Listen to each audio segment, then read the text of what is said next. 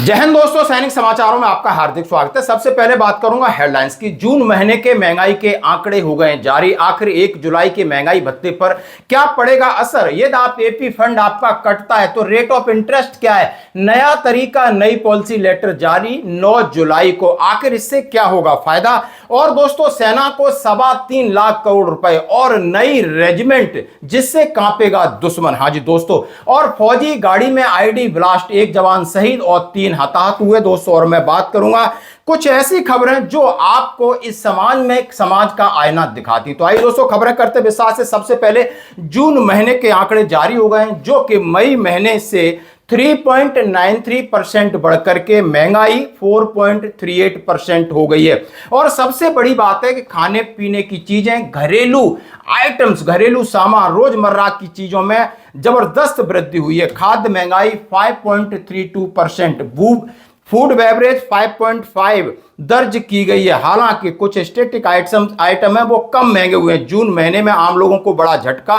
रोजमर्रा की जरूरी चीजों की कीमतों में लगातार आपको जो रिटेल इन्फ्लेशन बढ़कर 4.38 और ये 0.45% की बढ़ोतरी हुई है। दोस्तों, अब आप देख सकते हो, इसमें पूरा ग्राफ दिया है, यानी पूरे आंकड़े आपके सामने रखे गए हैं कि कौन से स्टेट में कंबाइंड एंड फूड इन्फ्लेशन, यानी खाने पीने की चीजें और सबको मिलाकर के किस तरह आपका सीपीआई ये बढ़ा हुआ है, जिसमें और ये चार्ट आपके सामने दिख रहा है। तो आप समझ सकते हो कि महंगाई किस तरह बढ़ रही है, लेकिन इसका क्या असर पड़ेगा आपके डीए 1 जुलाई, इसकी बात करते हैं। जैसा कि आप 2 स्लाइडें देख सकते हो, अभी तक मई महीने में आपका 150.8 और उससे आपका डीए 63.14 हो गया, यानी राउंड ऑफ 63% हो गया। जून महीने के एआईसीपीएन की प्रेस रिलीज बाकी है, बाकी आंकड़े इन्होंने जारी कर दिए। प्रेस रिलीज के अंदर यदि मैं कहूं कि आपको 3.5 पॉइंट्स की बढ़ोतरी होती है और वो आपके आंकड़े 154.3 पर जाकर रुकते हैं, तो आपका 64% महंगाई भत्ता होगा और 4% बढ़ोतरी होगी।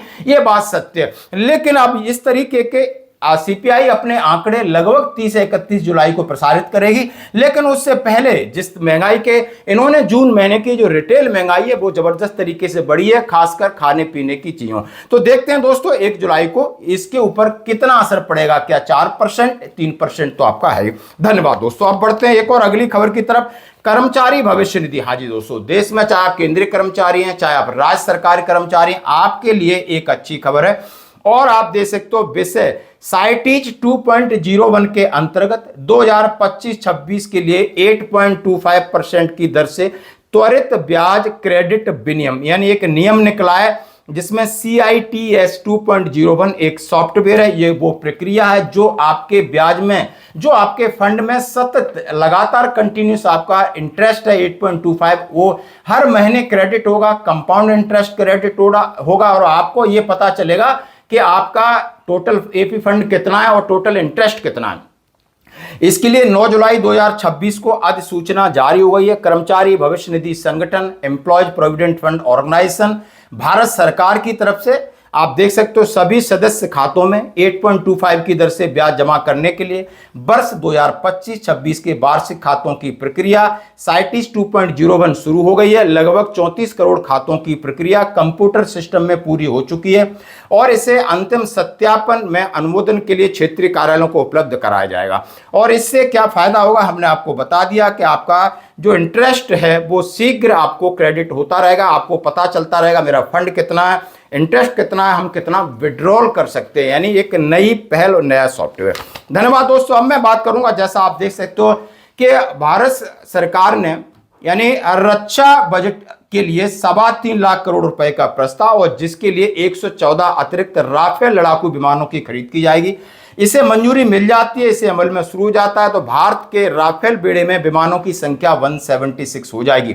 भारतीय वायुसेना के लिए 36 राफेल से लेकर भारतीय नौसेना के लिए 26 मरीन जेट, अब 114 लड़ाकू विमानों का प्रस्तावित ऑर्डर भारत की रक्षा आधुनिकीकरण की लगातार गति पकड़ रहा है माननीय प्रधानमंत्री जी की तरफ से।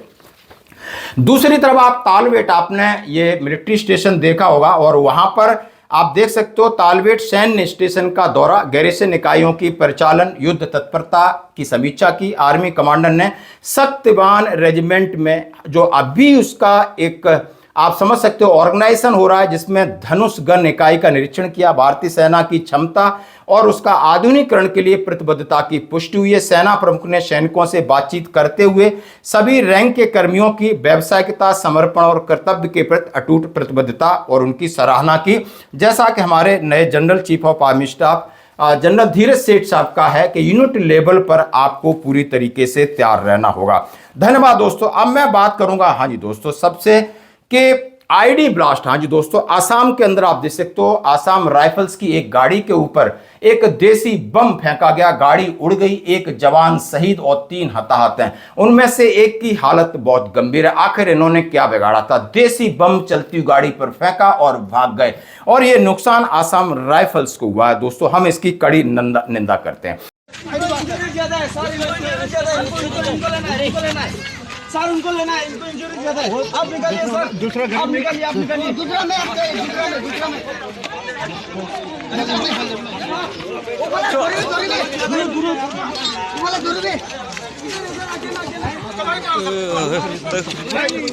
এখন নিজক লগা কমকৈ ব্ৰাছ হৈছে।